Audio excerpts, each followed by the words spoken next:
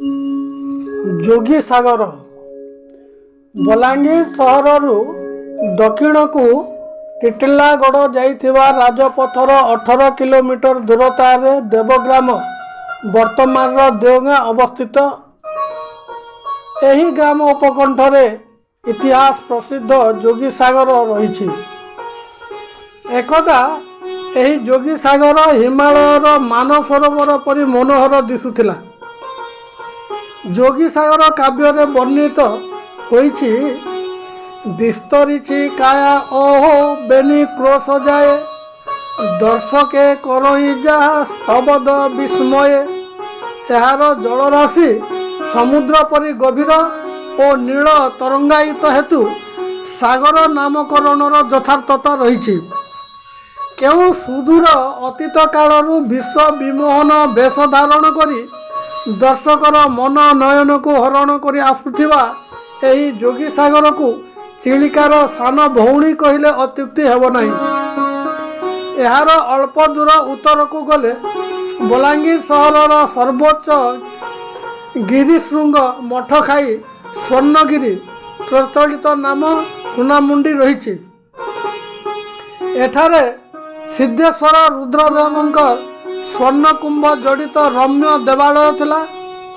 देश विदेशरू तीर्थयात्री माने एठाकू आसी मनोवांछा पूर्ण करिबा पाई प्रार्थना करुथिले। काव्य वर्णित होइछि, सागर गौरवे तो सुवर्ण देउल, जोगी बासस्थली रूपे परिचित जहा, स्वर्ण कुंभे सुशोभित शीर्ष देश जार, लभिछु आदर महातीर्थस्थली रूपे। पुरातन कोशल बा पाटण राज्यर प्रांतरे थिबा लोईसिंगा ग्रामर पुष्करिणी, सालेभटा ग्रामर चंडीश्वर केही भी जोगी सागर समकक्ष नुहंती। टिटिलागढ़ दक्षिण पार्श्वरे थिबा देवबंध एक विराट पुष्करिणी। यार चतुर्पार्श्व प्राकृतिक शोभारे परिपूर्ण। पाटण राज्यर इतिवृत्ति ग्रंथरे दर्शनीय स्थान रूपे वर्णित होइछि। एही पुरातन सरसी मध्य जोगी सागर ठारू न्यूनतम अटे। पाटण राज्यर अन्यतम इतिहास प्रसिद्ध दर्पगढ़ वर्तमान धरबगढ़, जार प्राकृतिक शोभा राशि मेखला सदृश चारिदिग को आच्छादित कर रखिथिला। तेणु एही गढ़ दुर्भेद्य और अजय थिला। गढ़ मध्यरे थिबा दिव्य सरसी जल अमृत परि सुपेय थिला। पद्म पुष्प भरा एही दिव्य सर अत्यंत चित्ताकर्षक थिला।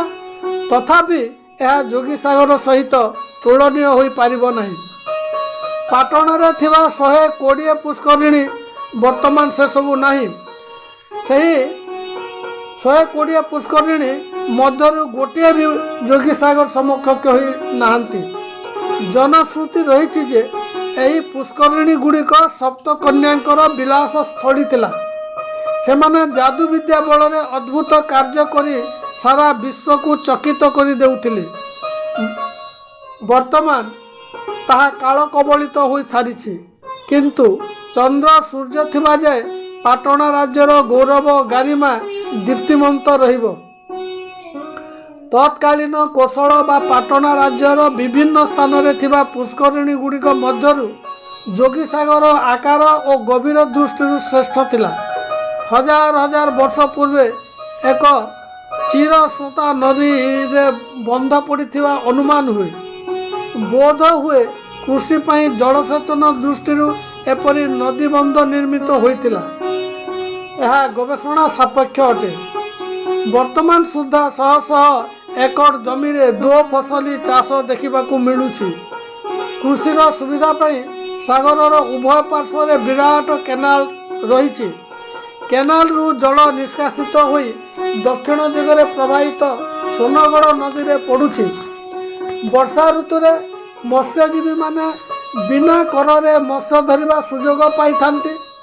एही सागर धरा जाइतिबा माछ बहु दूर दूरांत को बिक्री पाई जाउथिला। अनेक लोक माछ व्यवसाय करी परिवार परिपोषण करुथिले।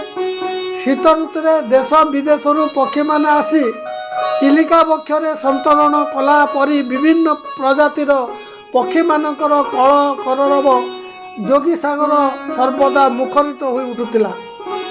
ବସନ୍ତ ଋତୁରେ ପଦ୍ମ ପୁଷ୍ପ ଗର୍ଭା ସରୋବର ଦର୍ଶକ ମାନସର ଅପୂର୍ବ ଆନନ୍ଦ ଭରି ଦେଉଥିଲା।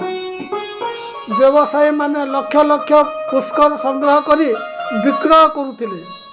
ଏହାର ଜଳ ନିର୍ମଳ ଓ ଶୀତଳ ହୋଇଥିବାରୁ ପେୟ ପାଇଁ ଉପଯୋଗୀ ଥିଲା। ସାଗର ବକ୍ଷରେ ନୌବିହାର ଓ ସନ୍ତରଣ କରିବା ଆମୋଦପ୍ରଦ ଥିଲା। ନୌକା ଓ ପବନପୂର୍ଣ୍ଣ ମୋଟର ଟ୍ୟୁବ୍ ଉପରେ ଦଳ ଦଳ ଯୁବକ ଖେଳ କସରତ ପ୍ରଦର୍ଶନ କରୁଥିଲେ। ବର୍ତ୍ତମାନ ଏହି ପ୍ରସିଦ୍ଧ ଯୋଗୀସାଗର ଅବକ୍ଷୟ ଘଟିଛି। ମନ୍ଦିର ଓ ସ୍ତୂପମାନ ଖଣ୍ଡ ବିଖଣ୍ଡିତ ହୋଇ ବିଭିନ୍ନ ସ୍ଥାନରେ ପଡ଼ିଛି। 3 ଫୁଟ ଲମ୍ବ ଓ 2 ଫୁଟ ଚଉଡ଼ା ଥିବା ପୋଡ଼ା ଇଟା, କଳା ମୁରୁମ ପାକ, 4 କୋଣିଆ ପଥର, ବିବିଧ କାରୁକାର୍ଯ୍ୟ ଭରା ବଡ଼ ବଡ଼ ପଥର, ଭଗ୍ନ ଟେରାକୁଟା ଗୁଡ଼ିକ ବିଭିନ୍ନ ସ୍ଥାନରେ ପଡ଼ି ରହିଛି। ବୁଦ୍ଧ, ଶିବ, ଗଣେଶ ଆଦି ଦେବ, ଚଣ୍ଡୀ, ଦୁର୍ଗା, ପାର୍ବତୀ ଆଦି ଦେବୀ, ବୃଷଭ, ସିଂହ ଆଦି ପଶୁ, ସର୍ପ, ମୂଷିକ ଆଦି ଜୀବମାନଙ୍କର ପଥର ତଥା ଧାତୁ ନିର୍ମିତ ମୂର୍ତ୍ତି ଆକସ୍ମିକ ଭାବରେ ମିଳିଥାଏ। ଏହି ଅଞ୍ଚଳର ଦେଓଗାଁ, ଚନ୍ଦ୍ରପୁର, ଜରାସିଙ୍ଗା ଇତ୍ୟାଦି ଗ୍ରାମରୁ ବିଭିନ୍ନ ସ୍ଥାନରେ ପୁରାତନ ମୂର୍ତ୍ତି ଓ ସ୍ତୂପ ଦୃଷ୍ଟିଗୋଚର ହୋଇଥାଏ। ଜରାସିଙ୍ଗା ଜେନାଗୁଡ଼ିର ମାଟି ତଳୁ ଜୈନ ମୂର୍ତ୍ତି ଓ ଚନ୍ଦ୍ରପୁର ଗ୍ରାମରୁ ପୁରାତନ ରୌପ୍ୟ ମୁଦ୍ରା ଉଦ୍ଧାର କରାଯାଇଛି। ପ୍ରାଚୀନ କଳାରେ କୋଶଳ ରାଜ୍ୟର ରାଜଧାନୀ ସ୍ୱର୍ଣ୍ଣଗଡ଼ ଯୋଗୀସାଗର ହିଁ ଥିଲା। କବିଙ୍କ ଭାଷାରେ ହେ ଯୋଗୀ ସାଗର ସୁବିଶାଳ ରାଜଧାନୀ ଯେଉଁ ପାଟଣା ରାଜ୍ୟର ବୌଦ୍ଧ ବା ଜୈନ ଧର୍ମାବଲମ୍ବୀ ରାଜାଙ୍କ ଦ୍ୱାରା ପରାସ୍ତ ହୋଇ ଏହି ଅଞ୍ଚଳ ଶୈବ ଧର୍ମାବଲମ୍ବୀ ରାଜା କଳାହାଣ୍ଡିର ନର୍ଲାଠାରେ ରାଜଧାନୀ ସ୍ଥାପନ କରିଥିବା ଜନଶ୍ରୁତି ରହିଛି। ସମ୍ଭବତଃ ବୌଦ୍ଧ ରାଜାଙ୍କ ଦ୍ୱାରା ରାଜପ୍ରାସାଦ, ସ୍ୱର୍ଣ୍ଣଗଡ଼ ସମେତ ଶିବ ମନ୍ଦିର, ଶୈବ ଭାସ୍କର୍ଯ୍ୟ ଆଦି ଧ୍ୱଂସପ୍ରାପ୍ତ ହୋଇଥିଲା। ସେହି ସ୍ଥାନମାନଙ୍କରେ ବୌଦ୍ଧ ସ୍ତମ୍ଭ ଓ ପୀଠମାନ ନିର୍ମାଣ ହୋଇଛି। ଇତିପୂର୍ବେ ଶୈବ ଧର୍ମର ପ୍ରଭାବରେ ପୁଷ୍କରିଣୀର ନାମ ଚଣ୍ଡୀଶ୍ୱର ଥିଲା।